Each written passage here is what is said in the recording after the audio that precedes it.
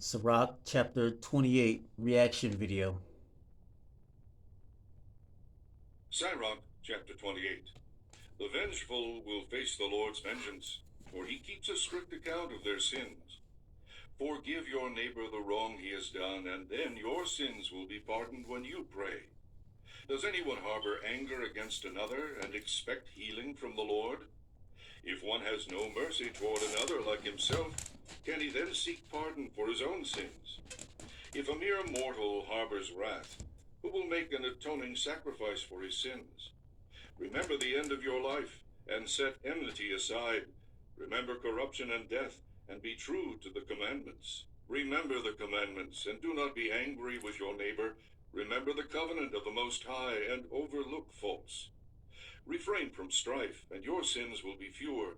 For the hot-tempered kindle strife, and the sinner disrupts friendships, and sows discord among those who are at peace. In proportion to the fuel, so will the fire burn, and in proportion to the obstinacy, so will strife increase. Now, let me just pause that for a second because yesterday, yesterday I had some people to show up to work on the house, and I just completely lost it, right? Because they started banging on the side of the house, and I'm sitting there, and I hear this banging. I'm like, dude, what is this? You know what I'm saying? Listen. I grabbed weaponry and everything, right? Like complete, you know, the button just went off. You know what I'm saying? The button just went off. Like thinking about something completely different, right? But then I had to remind myself. Okay, so you got to remind yourself, man. You got to remind yourself to bring it on back down. Bring it on back down because not everything is everything. Okay, not everything is everything. Okay. So that's just a lesson. A lesson, my personal lesson. Okay, my lesson for me is to take it down a notch sometimes.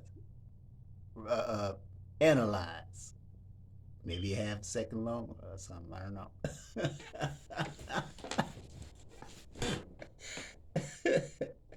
Okay, because sometimes I just turn it up. Sometimes just turn it up, man. So slow down. Analyze it for a second. See what's going on. Okay. If it ain't for you, walk away. Listen, if it ain't for you, if the if God done told you to walk away from it anyway because it ain't for you, then just walk away. Now what happened if they just keep pressing? You know what I'm saying? Because some people will just keep pressing. Like they don't really care about what God has to say. Okay, they don't really care. They really just doing their own thing and using that as a vessel to be able to perform whatever deed they want to perform, right? We all look, we know this, okay? We're not gonna sit here and pussyfoot around with it. All right. But just do the God thing, man. Do the thing that you're supposed to be doing. Don't worry about what X and X is over there doing. Okay? Don't worry about what X and X is over there doing. Or X and Y. X Z and Y. What's the how they do the equation? I don't know. In geometry or whatever it is. I don't know. Algebra. X and Y or something like that. Anyway. Yeah, don't get caught up in all that. Just do you. Just do you. Ignore all the little extra stuff and all like that. Do you what you're supposed to be doing. All right, let's continue this. All right. In proportion to a person's strength will be his anger, and in proportion to his wealth he will increase his wrath. A hasty quarrel kindles a fire, and a hasty dispute sheds blood. If you blow on a spark, it will glow. If you spit on it, it will be put out, yet both come out of your mouth. Curse the gossips and the double-tongued, for they destroy the peace of many. Slander has shaken many and scattered them from nation to nation. It has destroyed strong cities and overturned the houses of the great. Slander has driven virtuous women from their homes and deprived them of the fruit of their toil.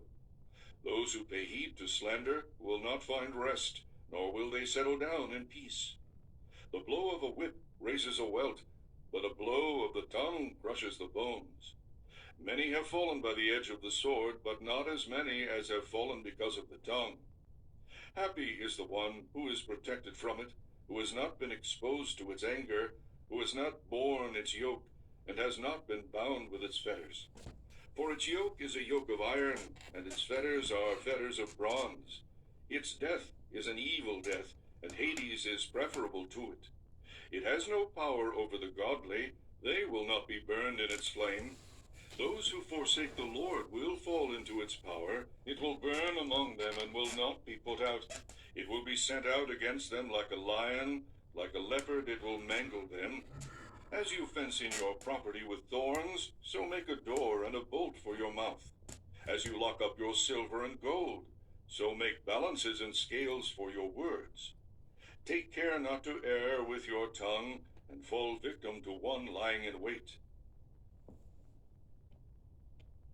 Sirach, chapter 2. No, say what he said.